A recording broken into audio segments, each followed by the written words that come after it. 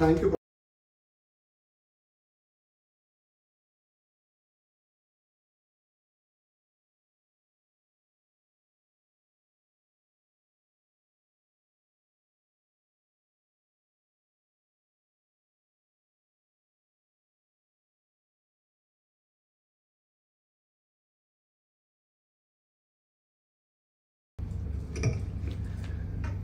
आज के इस कार्यक्रम के मुख्य अतिथि अनिल जी, अनिल भवन आइंदर,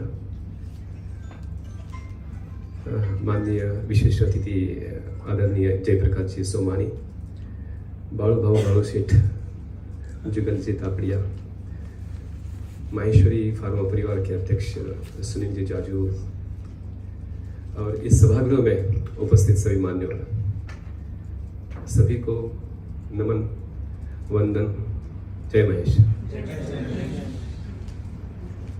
आज इस कार्यक्रम में विशेष अतिथि के रूप में मुझे निमंत्रित करने के लिए जिन्होंने सुझाव रखा और जिन्होंने उसे अनुमोदित किया, इन सभी को मैं धन्यवाद देता हूं।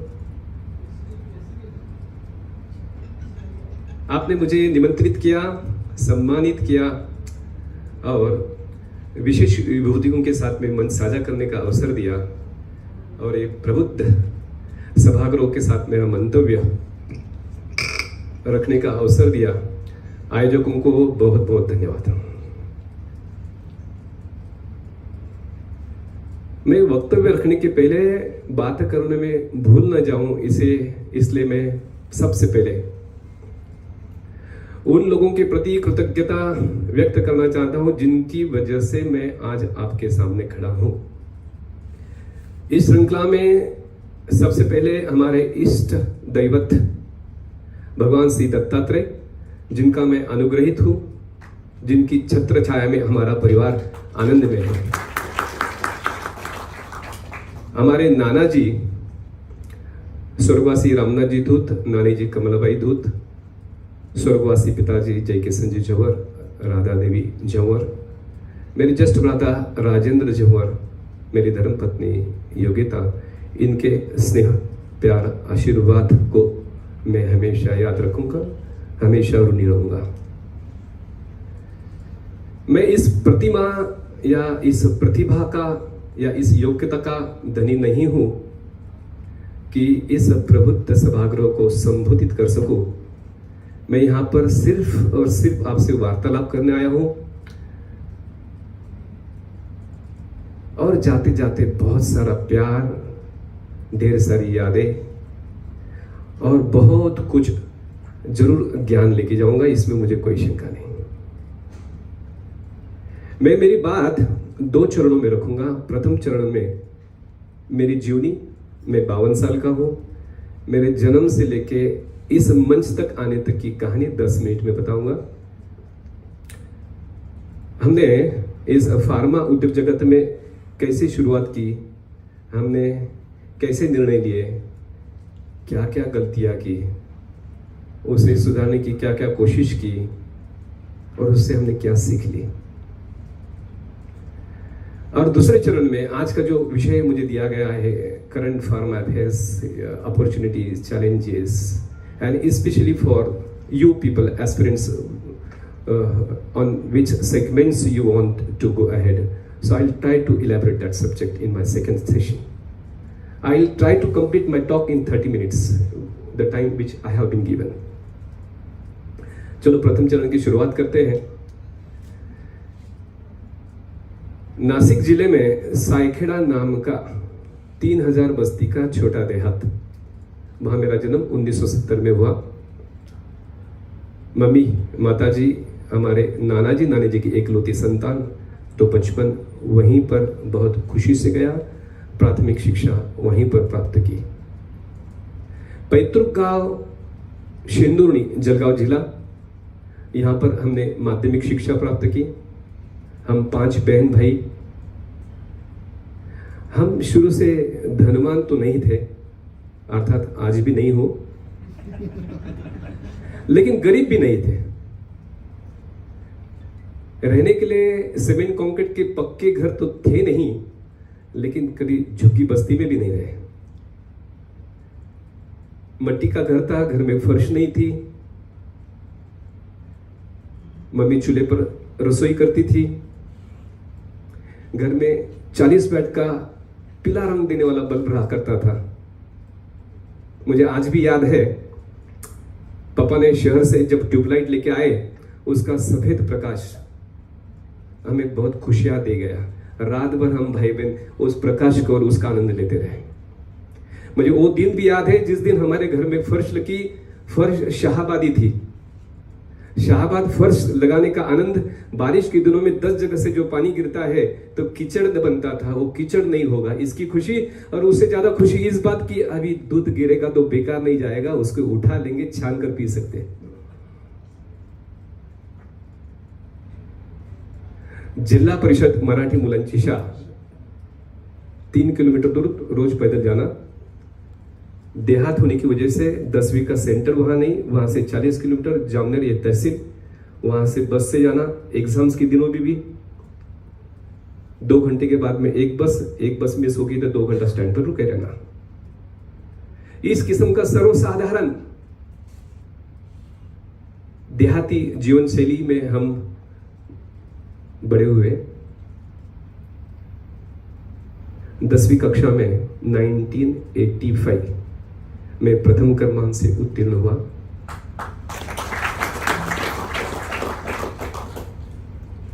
उस समय जो प्रथम चरण में, प्रथम श्रेणी में उत्तर होते थे, वो या तो इंजीनियरिंग या डॉक्टर बनते थे। मैंने डॉक्टर बनने का सपना देखा। मुझे पैसों कमाने की बहुत लालसा पहले से, एंड मुझे ऐसा बार बार लगता था मैं डॉक्टर बनूंगा तो बहुत धनवान बन जाऊंगा। ये सोच के, इस विचार से डॉक्टर बनने के हेतु मैं शिंदूनी से 11वीं 12वीं करने के लिए नासिक पहुंचा।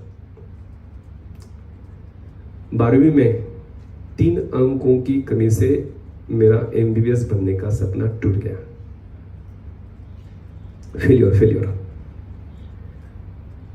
उस समय जिसको MBBS को एडमिशन नहीं मिलती थी और डोनेशन देने की जिस पे क्षमता नहीं होती थी, वो और डॉक्टर बनने की जिद रहती थी, तो वो एक तो BDS या BAMS करते थे।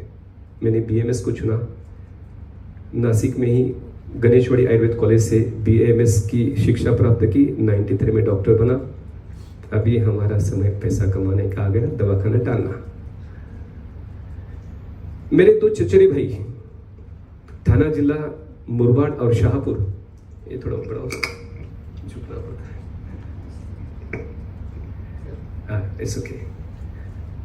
शाहपुर और मुरबाड, इन दोनों जगह पर वो प्रैक्टिस करते थे। उनके पास मैं अक्सर जाता था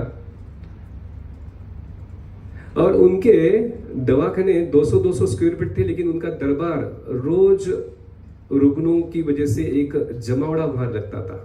वो देखकर मैं हमेशा प्रभावित होता था। भाइयों के पास जनरल प्रैक्टिस कैसी करते हैं इसका ज्ञान प्राप्त किया और मन में ही सोचा मैं भी थाना जिला में किसी तालुका स्तर पर जाकर अपना दवाखाना खोल दूं। घर से विरोध, घर पे मम्मी पापा सब लोग को लगता था कि मैं शेंदुर्णी में या साइखड़ा में अपना दवाखाना खोलूं और अपने परिवार के साथ रहूं। मैंने विरोध लिया, कंफर्ट जोन से बाहर निकलना चाहा और वहां से निकलकर मैं पालघर आ पहुंचा। मेरा संकल्प, घर का विरोध, दवाखाने डालने के लिए मुझे जो आर्थिक सहायता होती है वो कुछ भी दी गई नहीं। प्रॉपर्टी के नाम पर एक अटैची, 2-4 ड्रेस, 500-600 रुपया जो जेब में रहेगा वो लेकर मैं पालघर पहुंचा। पालघर हमारे परिवार ने कभी नक्शे में भी नहीं देखा था। ऐसा शहर जहां पर अपने समाज का एक भी घर नहीं, हमारे रिश्तेदार नहीं, हमारे मित्र नहीं, हमारे जान पहचान वाला कोई नहीं, ऐसे शहर में मैं आ पहुंचा। दवाखाना डालना मतलब सर्वे करना। किसी ने मेरे लिए जगह रेडी करके, फर्नीचर रेडी करके, आओ डॉक्टर साहब बैठो दवाखाना चलाना, ऐसा तो था नहीं। मुझे जगह ढूंढनी थी और लॉज पर रुककर जगह ढूंढना, एंड दैट इज इनप्रेडिक्टेबल ना, ऐसा नहीं कि 2 दिन में होगा, 4 दिन में होगा, महीना भी लग सकता है, 6 महीना भी लग सकता है, मालूम नहीं, जगह मिलनी जरूरी है। तो मैंने सोचा खाने पीने की व्यवस्था तो हो जाए, इसलिए हमने RMO बनने के लिए एक अस्पताल में अर्जी की, उन्होंने मुझे पास किया, 2000 रुपये तनख्वाह शुरू हो गई, रहने खाने पीने की व्यवस्था हो गई। सुबह शाम OPD IPD देखता था, वहां पर काम करता था, दोपहर का समय मिलता था, सर्वे शुरू हो गया, आसपास जगह पर जाना, जगह ढूंढना। मेरे भाग्य से 3 महीने 4 महीने में मुझे जगह मिल गई, किराए की जगह 2000 रुपये महीना। मुरबाड़ के मेरे भाई से निवेदन किया कि मुझे दवाखाना डालने के लिए एक छोटा सा फर्नीचर, एक आधी चेयर तो बैठने के लिए चाहिए, 4 रुकनों को बैठने के लिए चाहिए, 10,000 रुपये उधार दे दे। उसने मुझे 10,000 रुपये दिया। 1 मार्च 94 में मैंने अपना दवाखाना शुरू किया। रुग्णों का बहुत प्यार मिला। इष्ट देव दत्तात्रेय भगवान का आशीर्वाद से रोज रुग्णों की संख्या बढ़ती गई, 2, 4, 8, 10, 12, 50 और साल भर में मैं सेंचुरी मारने लग गया। 100 रुग्णों को मैं रोज देखने लगा, आमदनी बढ़ती गई। दवाखाने की जगह जो मैंने किराए से ली थी, 11 महीनों में मैंने उसको करार टूटते ही सबसे पहले उसे खरीदने का सोचा, क्योंकि पहले व्यापार उद्योग की जगह साफ कर ले, सेव कर ले। 3.5 लाख रुपए में 95 में मैंने वो जगह खरीदी की। वो मेरी जिंदगी की पहली एसेट, मैं वो कभी जिंदगी में बिकूंगा नहीं। पूरा समय दवाखाना चलाने में, एक दिन की छुट्टी नहीं, इतवार को भी छुट्टी नहीं लेता था। मैंने RMO की जॉब 6 महीने में छोड़ दी। एक किराए का मकान लिया, गांव से मेरी छोटी बहन को बुलाया, घर में खाने पीने की व्यवस्था होने लगी, सब कुछ अच्छा चल रहा था। साल भर में मैंने जगह लिया, 6 महीने में मारुति कार खरीदी की, 2 साल में शादी की। सब आनंद ही आनंद, भगवान की, ईश्वर की बड़ी कृपा से सब अच्छा चल रहा है, ऐसा महसूस हुआ। 3 साल के बाद ऐसा लगा कि अभी आमदनी अच्छी है, तो ये पालघर को हम कार्यक्षेत्र या कर्मभूमि क्यों न बनावे। और अपने मारवाड़ी लोगों की जो कल्चर है कि एक भाई जाके सेट होता है, फिर एक एक को बुलाता है, बस वही खून तो वही है, DNA तो बदलेगा नहीं।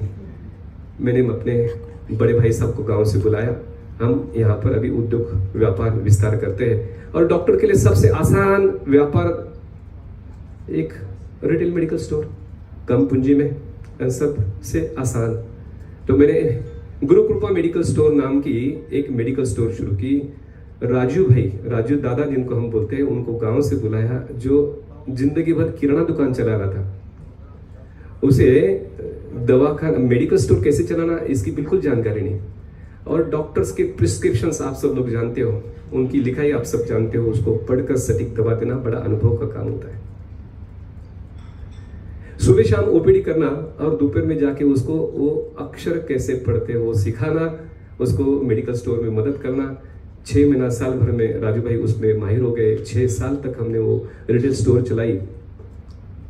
हमारी आमदनी बढ़ती गई। गांव में पापा अभी भी काम कर रहे थे, हमारी गांव की दुकान चल रही थी, वहां पर अपना प्रेस छोटा क्यों ना हो चल रहा था, नोट प्रेस, या मेरी दवाखाने की चल रही थी, अभी मेडिकल स्टोर की शुरू हो गई। 6 साल के बाद ऐसा लगने लगा कि इस उद्योग का कोई विस्तार करने की कोई संभावना नहीं है। यहाँ सिर्फ आपके पास सेल्स हो सकता है, जो पेशेंट, जो रुग्ण आपके पास प्रिस्क्रिप्शन लेके आएगा उसको दवा देने का, नो मार्केटिंग। अगर आपको आगे बढ़ना है तो कुछ और करना पड़ेगा। और हमारा निरीक्षण तो आसपास के लोगों पर ही होता है। मेरे नज़र में, भाई साहब की नज़र में, जो रोज बात करते करते नजर आया कि ये होलसेलर जो है वो अपने जैसे कम से कम 1000 दुकानदारों को दवा देता होगा, तो इसका कामकाज बढ़ा, इसकी आमदनी भी बढ़ी।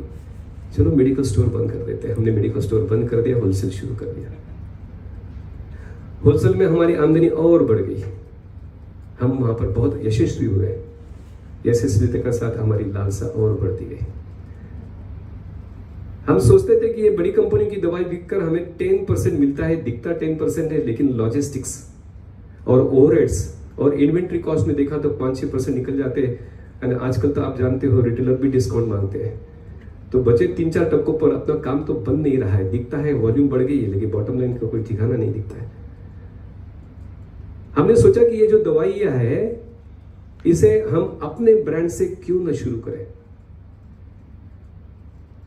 हम खुशनसीब है कि पालघर क्षेत्र एक औद्योगिक क्षेत्र है, वहां पर कई सारी औद्योगिक क्षेत्र में कई सारी दवाई की कंपनियां कार्यरत है।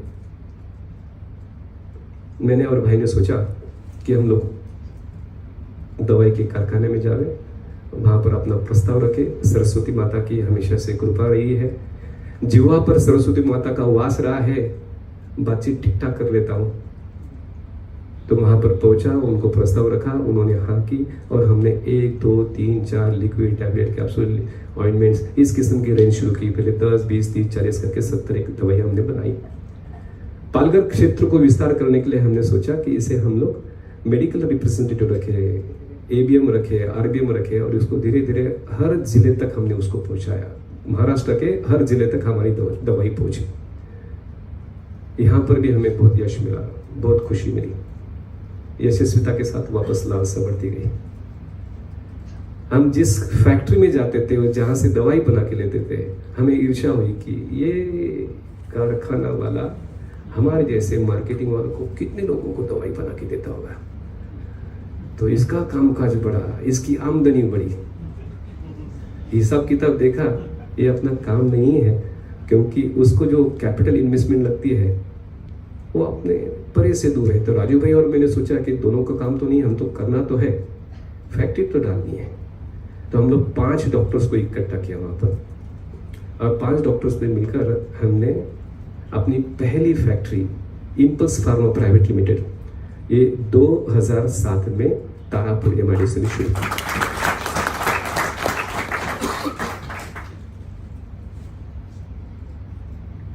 कोई औपचारिक शिक्षण नहीं, कोई बीफाम एमफाम नहीं, किसी को फैक्ट्री डालने का तजुर्बा तक नहीं, चलाने की बात तो दूर। और आप सब लोग जानते हैं, आप प्रबुद्ध हो, आप जानकार हो कि फैक्ट्री लगाने के लिए कैपिटल इन्वेस्टमेंट लगती है और उसको 3 साल तक कम से कम ब्रेक इवन में आने तक बड़ी वित्तीय सहायता की जरूरत है। जिसको अनुभव ही नहीं तो वो व्यवस्था कैसे करके रखेगा। तो हमने 2002 में प्लॉट आवंटित किया और वो फैक्ट्री हमें शुरू होने को 2007 लगे। 5 साल पूरा फैक्ट्री चलाने के, पार्टी खड़ा करने के लिए लगे। आजकल हमारी बाकी फैक्ट्री 1 से 1.5 साल में खड़ी हो जाती है, उससे 10-10 गुनी फैक्ट्री खड़ी हो जाती है। लेकिन उस समय की बात ज्ञान नहीं, अज्ञान की वजह से हम बहुत सारी तकलीफें झेले। वो एक अलग विषय हो सकता है। 2002 से 2007 कितनी बार उदासीनता से हमने उसको बिकने निकाला, एक प्लॉट ले ले, कोई आधा स्ट्रक्चर खरीद ले, लेकिन हो नहीं पा रहा था। 2007 में हमने शुरू कर दी। सबको आशा लगी कि सब तकलीफें दूर हो गई है, अभी अपने पैसों का पेड़ लगा दिया है, अभी पैसों की बारिश होने वाली है। लेकिन हकीकत तो ऐसी थी नहीं। हमने फैक्ट्री शुरू करते ही 2007 में ही सिक्योरिटी गार्ड ने रात में वेयर हाउस तोड़कर 18 लाख रुपए का माल चुरा लेके गया। सिक्योरिटी गार्ड 18 लाख रुपया बड़ी अमानत उस समय हमें काफी डैमेज कर गई। दूसरे दिन सुबह हम लोग ने साथ में बैठकर सोचा, तो चिंता की बात नहीं, इंश्योरेंस वालों को बोला, अपना इंश्योरेंस है। इंश्योरेंस वाले आए, बताया आपका इंश्योरेंस तो है लेकिन आपकी थेफ्ट पॉलिसी नहीं। बर्गलरी पॉलिसी आपको अलग से लेनी पड़ती है। इसका संज्ञान उस टाइम पर हुआ। ठीक है, अगली बार ध्यान रखते, उसी दिन बर्गलरी पॉलिसी निकाली। अभी तो हम इंश्योरेंस को पकड़ के रखेंगे, छोड़ेंगे नहीं। यह चोट 18 लाख की जिसे हम भूले ही नहीं थे, जो गिली थी। तो अगस्त 2008 में रात में फोन आया घर से, सर जल्दी से जल्द आओ, फैक्ट्री को आग लगी है। हम लोग डरे भागे फैक्ट्री में पहुंचे, देखा आग और काली धुएं की वजह से पूरी फैक्ट्री काली हुई थी। फायर ब्रिगेड की पानी की वजह से पूरा गीला हुआ था। बिजली काट दी गई थी, पूरा अंधेरा छाया हुआ था। अभी लगा कि सब खत्म हो गया, इसमें से बचना मुश्किल है। भगवान इष्ट देव को तक तो भगवान को याद किया, सोचा तो अभी क्या करें। इंश्योरेंस कंपनी वालों को इंटीमेट करना, उनको सर्वे के लिए इनवाइट करना, गार्बेज हटाना, काली हुई फैक्ट्री को पेंटिंग करना, इलेक्ट्रिकल केबलिंग, इलेक्ट्रिकल फिटिंग्स पुनः स्थापित करना, यह सब भगीरथ काम लगा। बट विश्वास करो, यह काम हमने दिन रात एक करके सिर्फ और सिर्फ 7 दिन में कंप्लीट किए, और 7वें दिन हमने अपनी फैक्ट्री फिर से शुरू की। उदास हुए नहीं, रुके नहीं, इंश्योरेंस कंपनी को बुलाया। सर, हमारा तो सब परफेक्ट है, हमने इंश्योरेंस के प्रीमियम भरे हुए हैं, तो हमारा 3 करोड़ का जो नुकसान हुआ है उसका बकाया। बोले परफेक्ट, आपका 3 करोड़ का नुकसान परफेक्ट है, कोई मैनिपुलेशन नहीं है, आपके अकाउंट परफेक्ट है, लेकिन हम आपको सिर्फ 1 करोड़ रुपया देंगे। मैंने बोला भाई सब तो ठीक है, you are under insurance. Bank से लोन लेते समय एक औपचारिकता के नाम से हमने इंश्योरेंस किया था, कम से कम पैसा लगे इतना ही हमने प्रीमियम देने की कोशिश करके हमने अंडर इंश्योरेंस किया, ये सोच के कि ये इंश्योरेंस का प्रीमियम मतलब बेकार जाया जाता है, फालतू के, ये तो बैंक का औपचारिकता है, उसको सेटिस्फाई करने के लिए। अगर बैंक का लोन नहीं लेते वो भी हम नहीं कर देते, तो बैंक का लोन लिया, कम से कम प्रीमियम लगने की लालच से हमने प्रीमियम कम आने की वजह से हमने इंश्योरेंस अंडर इंश्योरेंस किया। तो यह एक सीख मिली कि हमारी प्रॉपर्टी का कभी भी कुछ भी हो सकता है, प्रीमियम की लालच ना करें, और पूरा इंश्योरेंस, फुल इंश्योरेंस कवरेज होनी चाहिए। तकलीफें दूर होती गई, कंपनी का काम आगे बढ़ते गया। कंपनी तारापुर MIDC एक स्ट्रेटेजिकली बहुत अच्छा लोकेशन है, मुंबई के इंटरनेशनल एयरपोर्ट से 100 किलोमीटर दूर है। मुंबई में जितने लोग एक्सपोर्टर्स बैठे हैं या बड़ी कंपनियां बैठी है, उनके कॉन्ट्रैक्ट मैन्युफैक्चरिंग के लिए एक अच्छा स्थान है। हमें इस लोकेशन की वजह से प्राथमिकता मिलती है। कई कस्टमर्स जुड़ते गए, कई प्रोडक्ट डेवलप हुए। शुरू में हमने कॉन्ट्रैक्ट मैन्युफैक्चरिंग में लोन लाइसेंसिंग का काम किया। जब धीरे धीरे हमको प्रोडक्ट के बारे में जानकारी हुई, वेंडर्स के बारे में जानकारी हुई, आउटसोर्सिंग या सोर्सिंग की जानकारी हुई, प्रोडक्ट की कॉस्टिंग की जानकारी हुई, तो हमने उसको कन्वर्ट कर दिया P2P। तो हमारा टॉप लाइन और बॉटम लाइन में काफी इजाफा हुआ। कंपनी जब डाली तो उस समय हमें जानकारी नहीं थी कि कैसी प्रोपोर्शनेट मशीनरी लगाया जाए। तो प्रोपोर्शनेट मशीनरी ना होने की वजह से कई जगह पर बॉटलनेक हो रहा था। ग्रेनुलेशन हो रहा है, कॉम्प्रेशन नहीं हो पा रहा है, कॉम्प्रेशन हो रहा है, ब्लिस्टर नहीं हो पा रहा है, कैप्सुलेशन के ऑर्डर बहुत ज्यादा है, कैप्सुलेशन की मशीन की कमी है। तो यह जब अनुभूत हुए तो हमने अपनी मशीनरी चेंज करना शुरू किया, हाई स्पीड मशीनरीज लगानी शुरू की, हाई टेक्नोलॉजी की मशीनरी लगाने की शुरू की, और इसकी वजह से जो कमाई आती थी वो वापस कैपिटलाइज होती थी। इसकी वजह से किसी डायरेक्टर को घर पे लेके जाने के लिए पैसा मिलता नहीं था। एग्जीक्यूटिव डायरेक्टर तो मालूम है कि क्या हो रहा है, लेकिन जो साइलेंट डायरेक्टर है उनको जानकारी नहीं होती थी। तो साइलेंट डायरेक्टर और एग्जीक्यूटिव डायरेक्टर में अनबन होनी शुरू हुई, अस्वस्थता बढ़ती गई, और इसकी वजह से मुझे फैक्ट्री जाना बंद करना पड़ा। या अनबन, अस्वस्थता, अशांति की वजह से वहां कामकाज धीमा होते गया, कारोबार धीमा होते गया, आमदनी कम होती गई, बैंक के इंस्टॉलमेंट्स लेट जाने लगे, और बैंक करप्सी या NPA में कब ये कंपनी जाएगी इसका डर सताने लगा। सभी 5 डायरेक्टर की पर्सनल गारंटी बैंक में दी थी, ये फैक्ट्री जावे तो जावे, लेकिन अपनी पर्सनल गारंटी है उसकी चिंता सबको लगी। तो एक दिन हम सब लोग बैठे और सोचा कि ये अपना काम नहीं है, हमें इसे त्याग देना पड़ेगा, हमें इसको बिकना पड़ेगा। हम सभी प्राइवेट लिमिटेड कंपनी को जैसे रिजोल्यूशन बनाया कि ये कंपनी हमें सर्वसम्मति से बिकनी है। बहुत सारे लोग आए, कंपनी देखी, डिस्ट्रेस सेलिंग जिसको बोलते हैं, उसका अपॉर्चुनिटी हर एक कोई लेना चाहता है। हमारी तो तैयारी थी जो रेट आए उस रेट पे निकल जाए। एक महानुभाव आए, उसने कंपनी की कीमत तय की 8 करोड़ 11 लाख रुपए का टोकन दिया। 11 लाख रुपए एक दिन में, लोगों के बकाया था तो निकल गए, एक दिन में खत्म हो गए। एक महीने में ड्यू डिलीजेंस करके वो हमको 1 करोड़ रुपए देने वाला था। उसके बाद में फाइनल डील साइन होनी थी। 1 महीने के बाद ड्यू डिलीजेंस हुआ, महानुभाव आए, उन्होंने प्रस्ताव रखा कि सर हम आपकी कंपनी ले नहीं सकते, ड्यू डिलीजेंस का रिपोर्ट निगेटिव है। और 1 महीने में सब तरफ वार्ता फैल गई कि हमारी कंपनी बिक गई, हमारी कंपनी बिक गई। उसको झेलना और ये डील कैंसिल होने का सदमा पहुंचा, सब लोग दुखी हो गए।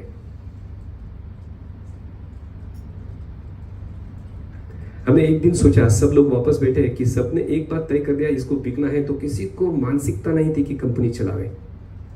बिकने की बात दिमाग में बैठ जाती तो बोलता कि इसको निकाल ही दे।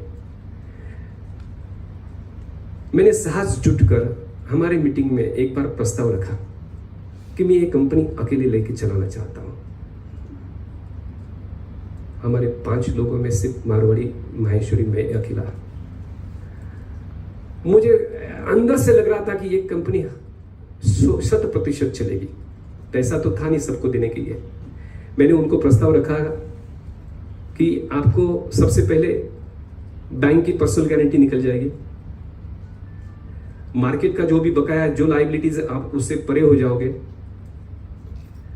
किसी और को फैक्ट्री बिकने के बाद जो 8 करोड़ 11 लाख आने वाला था, तो मार्केट का पैसा देकर, बैंक का देकर, हमारी जो पूंजी लगी थी वो सिर्फ आधा घर में आने वाला था। तो भी हम खुश थे कि आधा तो आधा मिले तो सही। मैंने प्रस्ताव रखा, बाहर के लोगों को बिककर अगर आधा आ रहा है, मैं आपको पूरा पैसा देता हूं। मुझे 1.5 साल की समय सीमा दो, मैं आपको 1.5 साल में आपका पूरा बकाया देता हूं, बैंक की पर्सनल गारंटी आज से ही निकाल देता हूं, मार्केट की कोई लायबिलिटी, हम एग्रीमेंट ऐसा करें, इसके बाद पूरी जिम्मेदारी डॉक्टर जफर के माथे। प्रस्ताव उनको अच्छा लगा, क्योंकि हम दोस्त थे, एक दूसरे को विश्वास करते थे कि भाई 1.5 साल में तो दे ही देगा। और दूसरे पीडीसी चेक्स भी मैंने दिए। तय हो गया, एग्रीमेंट हो गया। कंपनी 93 में 2013 में मेरे हाथ आई। मैंने राजू भाई को बोला कि अब तू भी आ जा।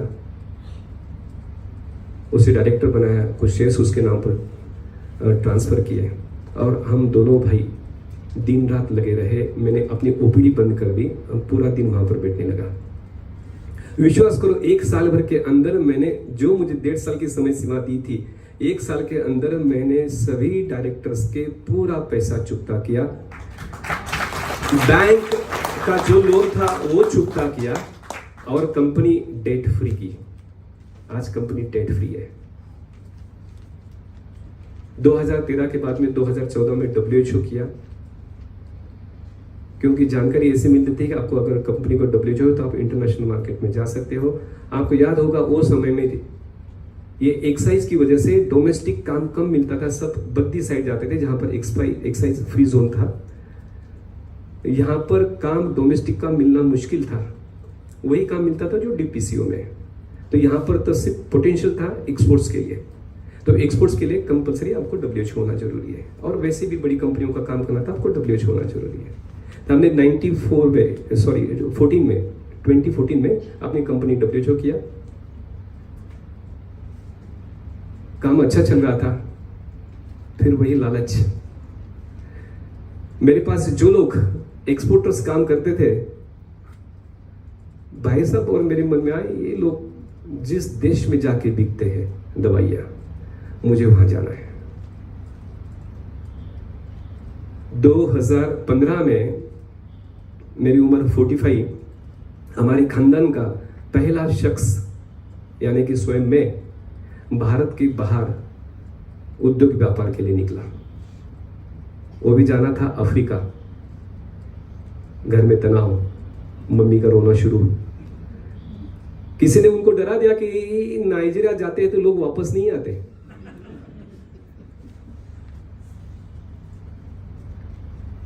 मम्मी ने बताया, दिगंबर मेरा नाम, तो बहुत लालची हो गया है, सब तो इतना अच्छा चल रहा है, हमने कभी सपनों ने भी कल्पना नहीं की थी इस किस्म की संपन्नता आज हम लोग देख रहे हैं। तो क्यों जा रहा है? तू जाओ मत, तू इधर ही रोक। ममता गतिरोध, आप कंफर्ट जोन में आ गए तो आपकी उन्नति रुक गई। जैसे दवाखाना डालने के लिए मैंने किसी का सुना नहीं था, वैसा ही मैंने बोला मुझे तो जाना है। मैं नाइजीरिया जा पहुंचा। 10 दिन की उस यात्रा बहुत सफल रही और हमारी ये फार्मा उद्योग जगत में बहुत बड़ा माइलस्टोन साबित हुई। पहले ही विजिट में विश्वास करो 10 दिन की इस यात्रा में मैंने 50 to 40 फीट कंटेनर्स की ऑर्डर लेके आया विद एडवांस के साथ। आपको जानकारी देता हूं कि उस समय नाइजीरिया ओपन मार्केट था, कोई रजिस्ट्रेशन नहीं था। जिसकी जितनी ताकत है वहां जाके माल बिको, कॉम्पिटिटिव रेट्स, तो rates is the only thing, only parameter. और कई सालों से 2007 से लेकर 2015 को मैं गया। 8 साल में अपनी कंपनी में मर्चेंट एक्सपोर्टर में कई सारी दवाई वहां पर बिकी थी। हर दुकान में जाके देखता, this is from my company sir, what rate you are getting? 50 cents, I can give 48 cents, take the advance. इस किस्म से मुझे बड़ी सफलता मिली और उसके बाद कई बार फिर मैंने अफ्रीका जाने लगा। कंपनी दिन दुगना रात चौगुना उन्नति कर रही थी। 2013 से लेकर 2017 तक हमने अपनी कंपनी की उत्पादन क्षमता 5 गुना की। कंपनी डालते समय हमने 5 करोड़ यूनिट पर मंथ की कैपेसिटी रखी थी। 2017 में 25 करोड़ यूनिट पर मंथ की कैपेसिटी की। और उस समय हमने 2007 से 2017 का 10 साल का इसके उपलक्ष्य में 10th एनिवर्सरी के उपलक्ष्य में बड़ा आयोजन किया। और उसी दिन हमने 2 नई कंपनियों की भूमि पूजन किया। वो 2 कंपनियां क्रक्स फार्मा प्राइवेट लिमिटेड और कमला लाइफ साइंसेस लिमिटेड 2017 में 2019 में वो कार्यान्वित हुई। बहुत सफलता से दोनों कंपनियां चल रही है। 2019 में दोनों तीनों कंपनियां चालू हुई। अभी हमने 3 कंपनियों का और काम साथ में लिया है। मुझे उम्मीद है कि अगले साल के अंत तक वो भी कार्यान्वित हो जाएगी। मैं ये सब बातें आपको इसलिए बता रहा हूं कि वो मूर्ख लोग, वो अज्ञानी लोग होते हैं जो अपनी गलती से सीखते थे। हमने ठोकर खा के ठाकुर बने। आप ज्ञानी हो, औरों की गलतियों से सीखे। मुझे आज इस मंच पर बताते समय बड़ा खुशी होती है कि मेरे लड़के हमारे राजकुमार डॉक्टर पुष्कर, जिन्होंने MBBS की पढ़ाई खत्म करके अपने बिजनेस में आने की सोची। मेरे बड़े भाई साहब का लड़का, जिन्होंने भी MBBS किया गवर्नमेंट मेडिकल कॉलेज सोलापुर से, उन्होंने भी आगे पढ़ाई करने की जगह, उनको तो अभी नीट में MS ऑर्थो का सीट मिल गया था ओपन कैटेगरी में। उसने वो छोड़कर अपने बिजनेस ज्वाइन करना सोचा। तो पहले मैं अकेला था, फिर भाई साहब आए, 2 लोग हुए, अभी ये दोनों 4 लोग। तो मुझे एक उम्मीद है कि हमारी ऑर्गेनाइजेशन दिन ब दिन बढ़ती जाएगी, एक नई ऊंचाई हासिल करेगी। ये मेरा प्रथम चरण समाप्त हुए, मैं दूसरे चरण में आने आता हूँ और जो आज का मुझे विषय दिया है उसके बारे में बताना चाहूँगा।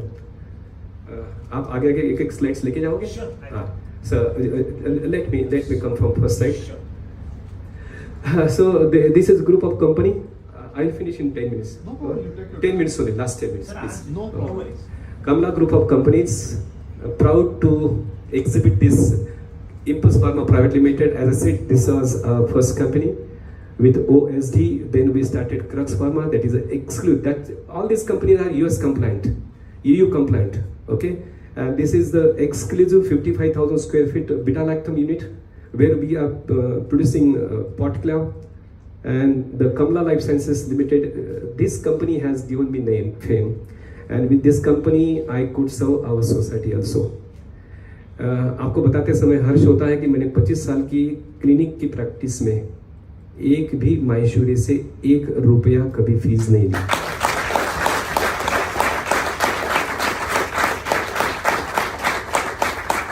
और इस कंपनी में सिप्ला के साथ साथ जिन लोग इन लाइसेंसर थे वो सभी का काम हम इस कंपनी रेमडेसिविर का करते थे। और मुझे अवसर मिला कि अपने समाज को 1500 वायल्स में दे सकूं। और पूरे भारतवर्ष में अपने अखिल भारतीय महासभा के अध्यक्ष सोनी जी, दिनेश जी सोमानी, मानव जी काबरा, इनकी मदद लेके इसे पूरे भारत भर में हमने इसको मुफ्त में पहुंचाया। सेवा, त्याग, सदाचार माहेश्वरी की जो त्रिमूल है वो कभी भूल नहीं सकते। उसके बाद में ट्रायोफिट है हमारी nutraceutical company, Camford health care private limited. यह 3 लाख स्क्वायर फीट की कंपनी बनने जा रही है। That would be the one of the biggest lyophilisation unit in India. इसकी लागत 450 करोड़ रुपए की इन्वेस्टमेंट के साथ कैम्फोर्ड खड़ी हो रही है। ज़ेडॉन फार्मास्यूटिकल नाइजीरिया लिमिटेड, ये एनुगु एक स्टेट है नाइजीरिया में, वहाँ पर एक कंपनी बनने जा रही है। दिसंबर तक वो कार्यान्वित हो जाएगी। हर देश में मोदी जी आ रहे हैं, make in India, make in Nigeria, तो एक्सपोर्ट्स में तकलीफ आनी है। तो हमने सोचा एक देश जहाँ से अपनी काम चल रही, जो हमारा कार्यक्षेत्र है, वहीं पर एक कंपनी शुरू करें। अगर इस किस्म का फार्मूला सक्सेस होता तो और कंट्रीज में हम लोग अपना काम बढ़ा सकते हैं। और काइटमार्क और केएलएल दोनों मार्केटिंग कंपनियां हैं। Please next. ये just to have look of the companies, that is our Kamala life sciences limited. उसमें भी एक्सपेंशन किया, 1,65,000 स्क्वायर फीट के, one of the biggest in Maharashtra. ये इम्पल्स फार्मा जो ओएसडी कंपनी, ये क्रक्स फार्मा 10 ग्रीन एटमॉस्फेयर में बनी हुई गुजरात पार्टी में एक कंपनी है। नेक्स्ट। ये हमारे बिजनेस पार्टनर्स हैं, ये हमारा फ्यूचर है, ये हमारा प्राइड है। तो आप में से कई लोग इन कंपनियों से जुड़े होंगे। Next next.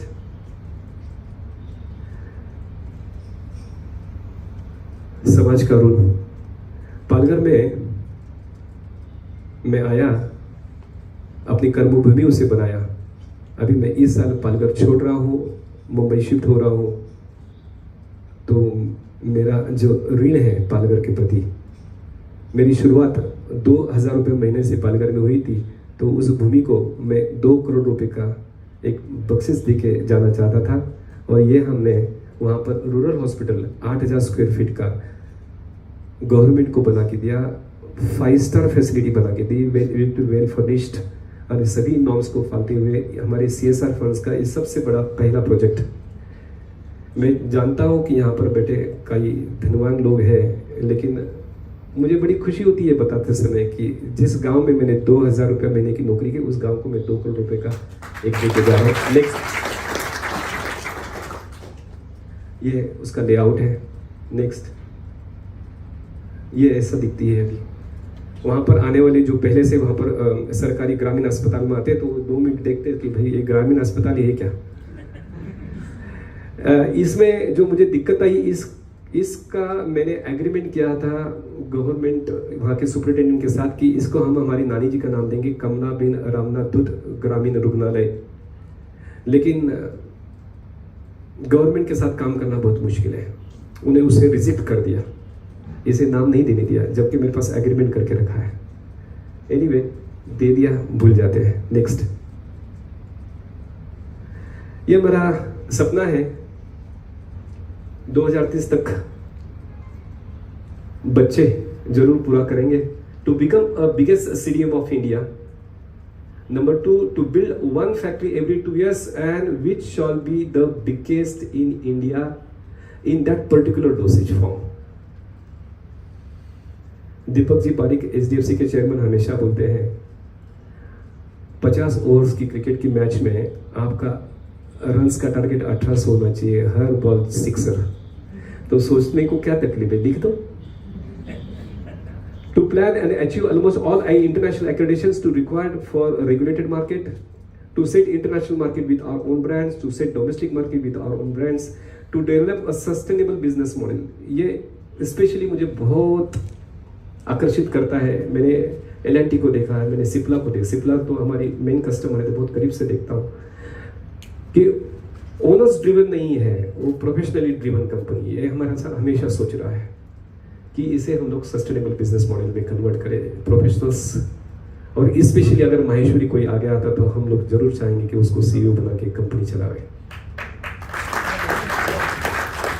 To develop the valuation of organisation to ₹10,000 crore. इसके पीछे सिर्फ 10,000 नहीं है, मैं बताता हूँ कि हम सोच रहे हैं आज हमारी कंपनी की टर्नओवर 3 कंपनियां ऑपरेशनल है, 3 कंपनियां अंडर कंस्ट्रक्शन है, 300 करोड़ की टर्नओवर है, मोर देन 300 करोड़। मुझे इसको 2000 करोड़ तक लेके जाना है with the bottom line 20%। 400 crore की प्रॉफिट करें, 25x करो तो 10,000 करोड़ आसानी से हम लोग इसको अचीव करेंगे, मुझे पूरा विश्वास है। उसके बाद में to bring IPO of 2500 crore liquidate in 25% shares of the company. ये आईपीओ क्यों लाना है? To raise money for R&D, F&D और infrastructure development, to develop a pharma park on 100 acres of land for almost all kinds of pharmaceutical dosage form. That's all. Next please. यह main विषय। ये जो अंक है, all these numbers, all people you are knowing well, it is available on internet, and to be very frank with you, I have recently gone through it to prepare some data for you people. Okay, I really don't know much about this, and when I explored, I saw many figures are confusing, many figures are confusing. Let us see, but the figures which we intend to see, that I have put numbers maybe right or wrong, I really don't know. But I want to present something like, see, global pharmaceutical market is valued at about USD 1.27 trillion. इसका मतलब INR में 100 लाख करोड़ का market है, 100 लाख करोड़ का market, और ये दिन ब दिन बढ़ते जा रहा है, डबल डिजिट में बढ़ते जा रहा है। उसके India is a leading pharma producer. Leading बोलते हैं, लेकिन जब फिगर्स पे आओगे तो आपको मालूम पड़ेगी कि हम कहाँ हैं। Supplies was 65% of the global demand of vaccines, this everybody of know. ये पुणे में स्थित जो सीरम इंस्टीट्यूट है वही सबसे बड़ा काम करता है। 40% of generic demand of US, 25% of generic demand of UK. Top 5 importing countries from India, United States, South Africa, Russia, United Kingdom, Nigeria, these are top 5। But trust me, 205 country, हर country में India की medicine जाती है, हर country में India की medicine जाती है। हाईएस्ट एक्सपोर्ट्स, ये फिगर मुझे कुछ हजम नहीं होती है। 20 बिलियन ओनली इंडिया का टोटल एक्सपोर्ट्स, ओनली 20 बिलियन, मतलब 1.5 लाख करोड़। मार्केट 100 लाख करोड़ का, one of the biggest player in world, 1.5 lakh crore का export. These figures, these numbers collection is not at all organized. This is my thought goes. Fastest growing industry, world's third largest by volume, first US, second China, third India, and 11th largest in terms of value. You can see value और volume में कितना difference है, क्योंकि हम लोग generic बिकते हैं, वो लोग पेटेंटेड मेडिसिन बिकते हैं, स्पेशलिटी मेडिसिन बिकते हैं। हमारी मेडिसिन चने कुरमुरे में जाती है, हम लोग 300 करोड़ का टर्नओवर करते हैं, 300 कंटेनर बिकते हैं। एक कंटेनर में साधारण 1 करोड़ टैबलेट जाती है, तो आप हिसाब लगा तो एक टैबलेट की कीमत 1 रुपया, और उसको डॉलर्स में कन्वर्ट करो तो 0.000 सेंट कितना आता है, देखो तो हमारी कीमत कहाँ लगने वाली। हमें 300 करोड़ का टर्नओवर करने के 300 कंटेनर, दैट टू 40 फीट बनाने पड़ते हैं। उनकी छोटी छोटी 300 कंसाइनमेंट में वो 10 गुना आगे बढ़ जाएंगे। तो हमने क्या काम करना है। World second largest in global biotech. Next please. Domestic supply, this is pretty good, 42 billions 2021 means 3 lakh crore. likely to reach 65 billions by 2024 and shall further expand to 120 billion by 2030. API market is also promising. API market is very, very promising. So today by 2021 it is 11.8 means 12 billion, and growth forecast is it is going to grow by 2 digits every year on year, double digit growth. That's pretty good. Next. So we have got many advantages to have pharmaceutical industry in India. See, cost efficiency is there. We are lowest production cost in the world. Economic drivers are there. Huge domestic business. Then a diversified portfolio we have. We have got 60,000 generic brands. We have got 500 different APIs. And government of India is supporting on few fronts. like Pharma Vision 2020 initiative by government India to end-to-end drug manufacturing. End-to-end means today, you know, we are importing 70% of required API from China. So government intend to stop importing any API, any intermediate, any bulk, and they want our people, our players to start again, because you know, before 1980, we were not at all importing any API because of this WTO and open market policies and cheapest API production in China. Our API company has been finished. Okay, so again, government is taking interest, and when government comes out with some incentives, subsidies, so things changes very fast. Reduced approval time for new facilities, 100% FDA allowed under automatic route. And ये जो 3 policies है, आत्मनिर्भर भारत, आयुष्मान भारत, भारतीय जन औषधि योजना, इसकी वजह से इसको काफी सपोर्ट मिलेगा अपने डोमेस्टिक मार्केट को सुमरे. These are the advantages. Next please. Other advantages, ये सबको जानकारी है, लेकिन से availability of land, availability of engineering companies producing manufacturing machineries. We have got the availability of skilled and unskilled manpower, availability of talent with science, pharmacy graduates, postgraduates, pharma engineers, and MBA professionals. We have availability of many CRO, many CDMO and PTL, availability of pharma packaging units of primary, secondary, and tertiary packaging. Indian manufacturers entering into joint ventures with multinationals of first world to produce and to distribute patented products in India because of availability of infrastructure and skilled manpower and low production cost. Next please. We all know the pharma industries has started evolving from 1970, and revolutionary progress it has done by now. Evolution 1970, why? Before 1970, because of this strict patent law, we used to import all multinationals from Europe and America. We were not having our domestic production because of patent law. It has been, the new Indian patent law has allowed our indigenous manufacturers to produce low cost medicine, to make it affordable to mass. Because of this law, domestic companies started production. Then 1970-90, then 1990 to 2010, Indian major generics players came in market, and liberalization of market has happened. Then, because of DPCO issued by government of India, drug price reduced by 80%. That is, trust me, ours is, as a doctor, as a pharmacist, and healthcare sector, we are privileged to be as known as a noble profession. So profit has to be there, but it should be a calculated profit, not like that, just killing somebody's pocket.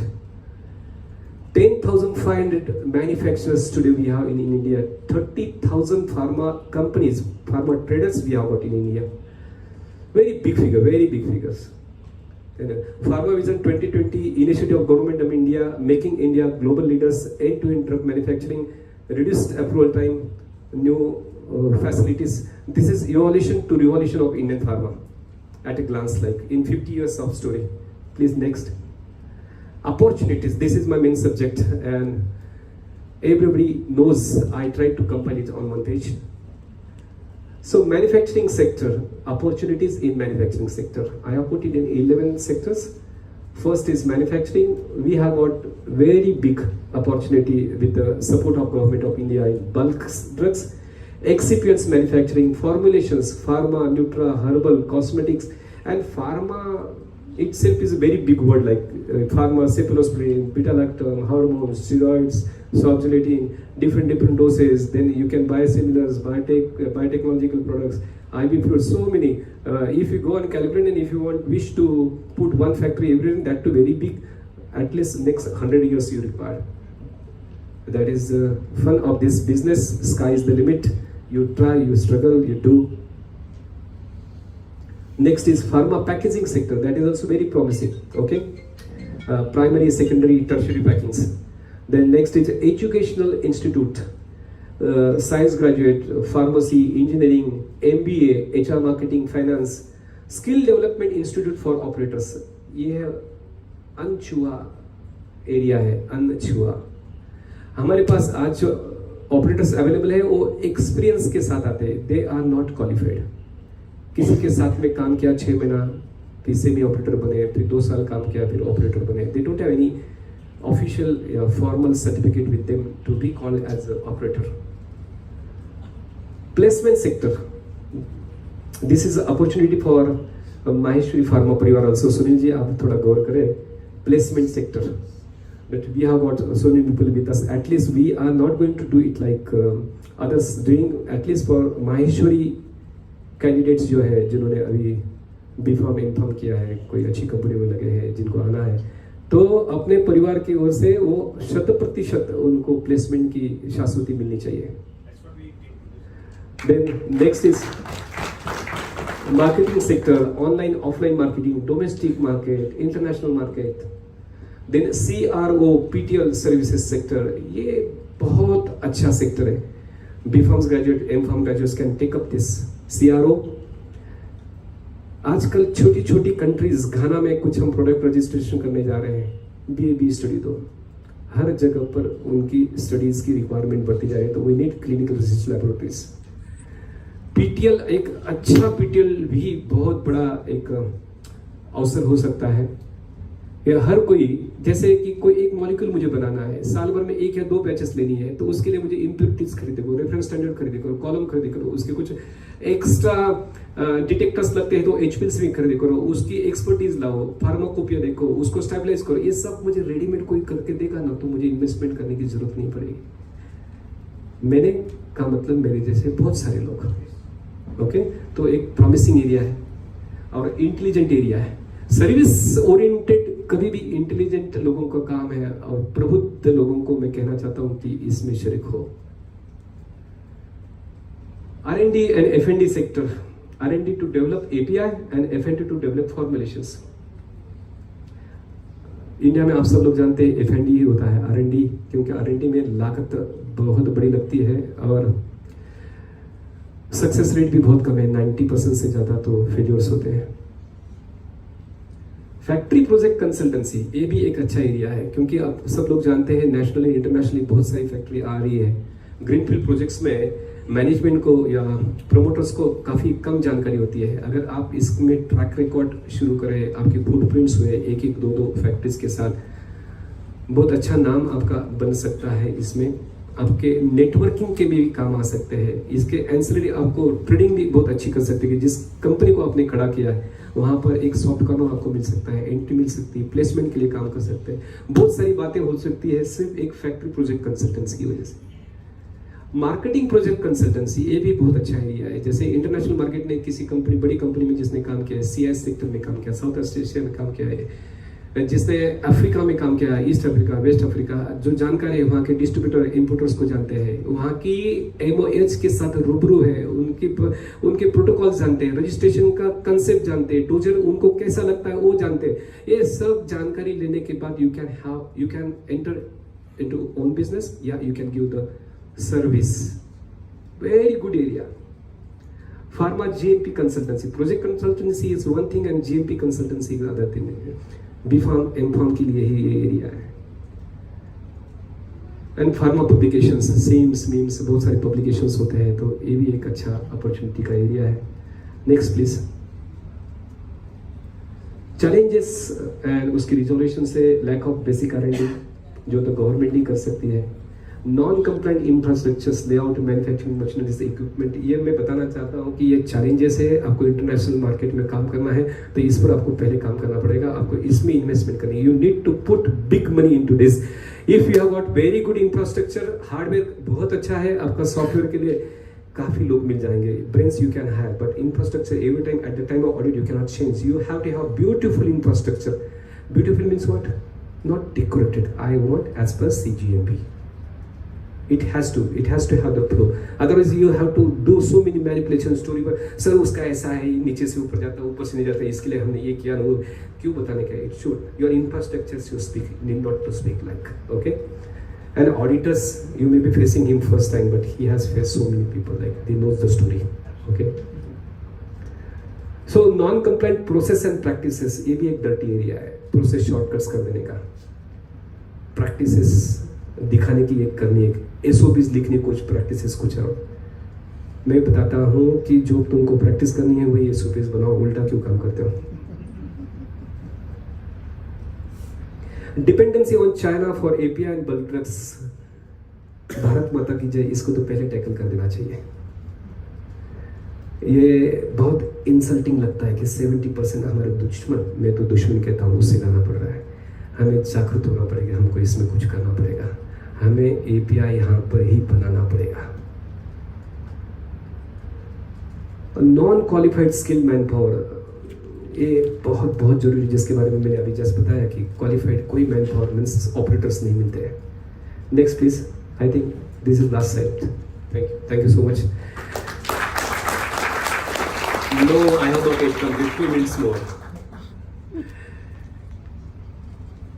ये सब जानकारी की बात में मुझे ये लगता है आप सब लोग बीफार्मेसी एमफार्मेसी हो, आप क्वालिफाइड हो, छोटी सी एक एड ऑन डिग्री अगर ले सके MBA जैसी, तो आपके क्वालिफिकेशन में एक वजन आ सकता है. क्वालिफिकेशन एक फर्स्ट स्टेप है to enter the organisation to this business era.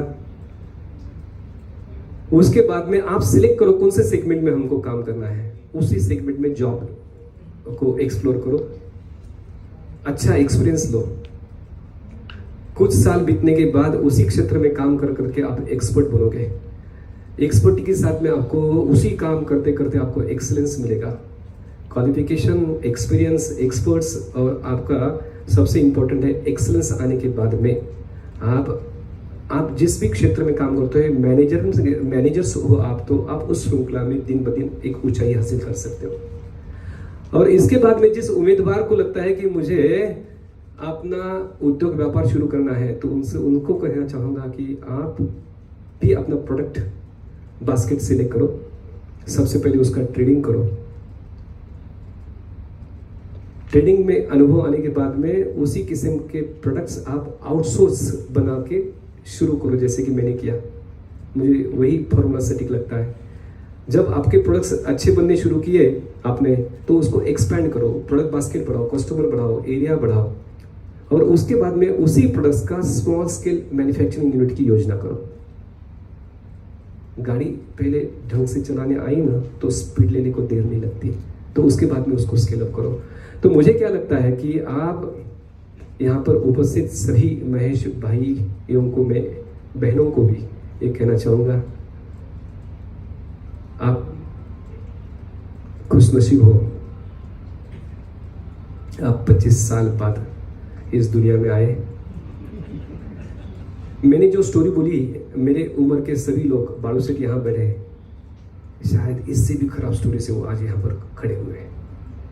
किसी की कोई स्टोरी दूर नहीं है. मेरे ख्याल से जिन्होंने भी देहात देखा है ना, वही स्टोरी सबकी है.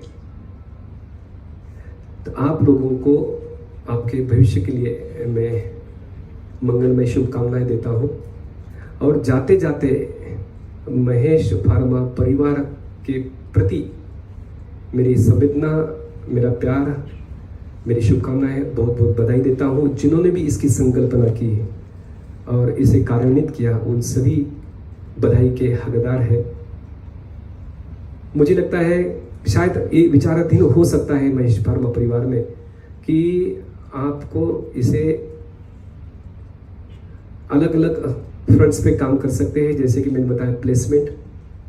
माहेश्वरी परिवार का एक भी बच्चा जो पदवीधर है वो घर पे आइडल नहीं बैठे, इसकी जिम्मेदारी आपको लेनी है.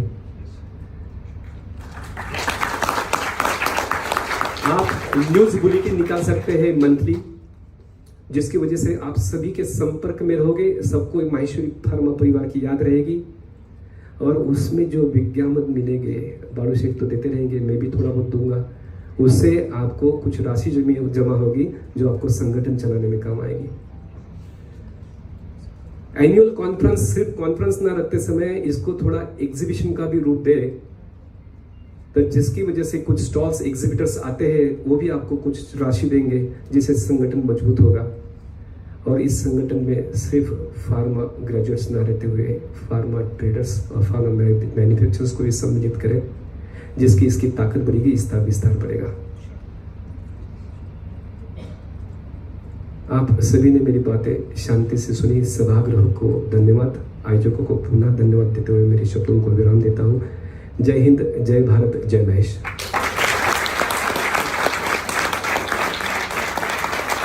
A huge round of applause and standing ovation to Dr.